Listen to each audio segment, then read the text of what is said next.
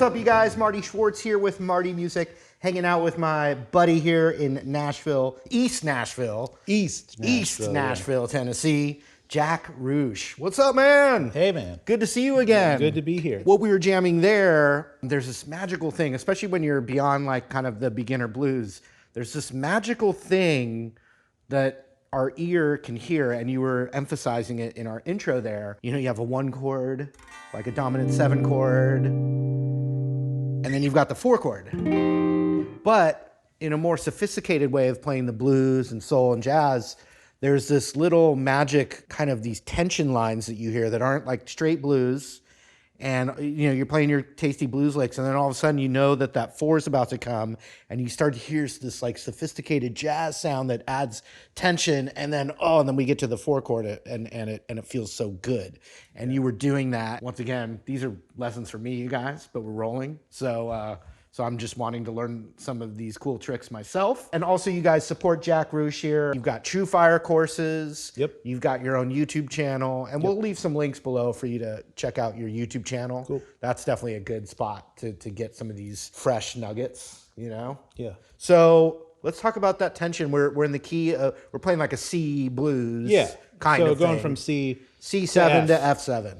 So, like, the first thing to understand, C7, so like dominant chords want to resolve. You know, usually a dominant chord, if you look at like a harmonized major scale, it's always the 5 chord. And the 5 dominant chord always wants to go back to the 1 chord. That's kind of what its whole purpose is. And with the blues, we kind of use the dominant chord as like the foundation, the 1 chord, but it still wants to move. It still wants to resolve to that 5 chord. So C7, this note here, the note B flat that makes it a dominant 7th chord, it naturally wants to go down here to the 3rd of that 4 chord. It's really pulling you that way. And so since we know that, we've got that already, we can add more tension notes on top of that. More tension. To go, okay, well, we're already working with a tension and release kind of situation, so let's add more to it. So there's all these altered notes you can add on top of what's called a functioning dominant chord. Like in this case, C7, as it moves to F, is functioning as F's dominant 5 chord, which can be confusing because we're in the key of C. But all that aside, one of the great notes to kind of add on top of that is what would be the flat 9, which is like a half step up from the root. So if we're playing C7 and we want to add the flat 9, we just play a D flat note on top of that. Now that sounds kind of weird if you play, but when you resolve, it's another one of these little, the half step. That flat 9 wants to go down to the 5th of the C chord. What's cool about that little thing right there is when we play that, there I'm playing the flat 7, B flat, I'm playing the 3rd E, I'm playing the 5th G, and then I'm playing the flat 9. That gives me a diminished 7th chord. So that's kind of like the upper part. If we don't play the C, we just play that upper part, we get a diminished 7th chord. And what's cool about that is then we can use a diminished 7th arpeggio to create lines. And diminished 7th arpeggios are awesome because they're symmetrical and we can move them all over the place. So we can start that on any one of those notes. One of the ways I teach it a lot and show people a lot, and the way that I first started learning about it, was to just start a diminished 7th arpeggio on the 3rd of the chord. So if we're playing C7, we're going to go to E and just play up a series of minor thirds, right? So we're going to go up a minor third to G, up a minor third, and then up another minor third. So, and then that wants to resolve there. So if you're playing these lines, right,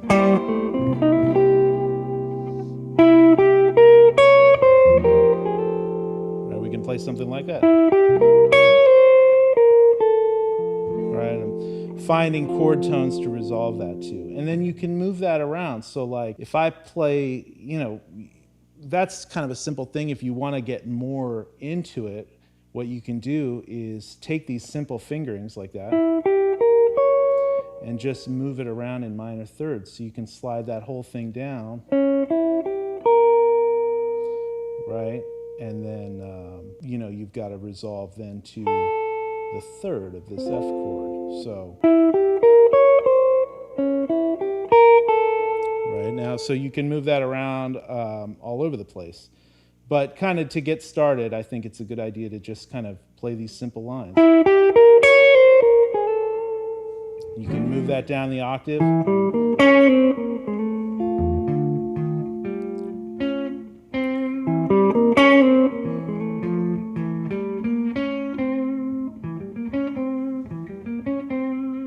Yeah.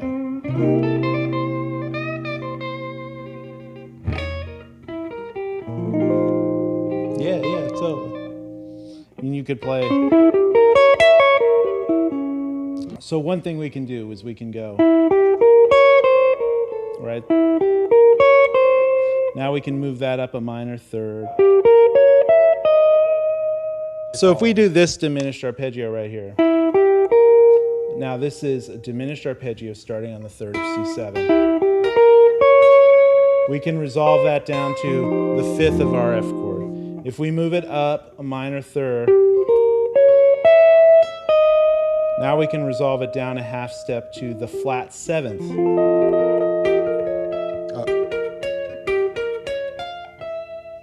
All right, now we can move it up another minor third. That has to resolve down a whole step to the root. And then if we, yeah. Now if we move it up another minor third,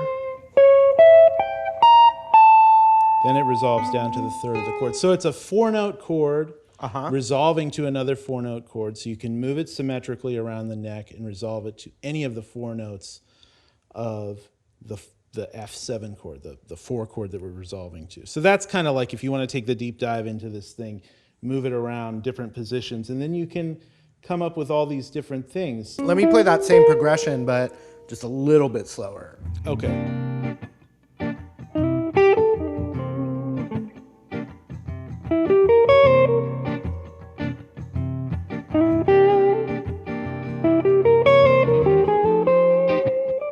So there it is right there, right?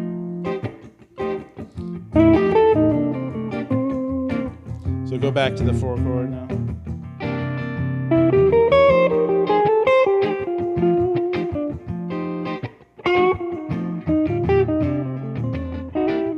That was awesome.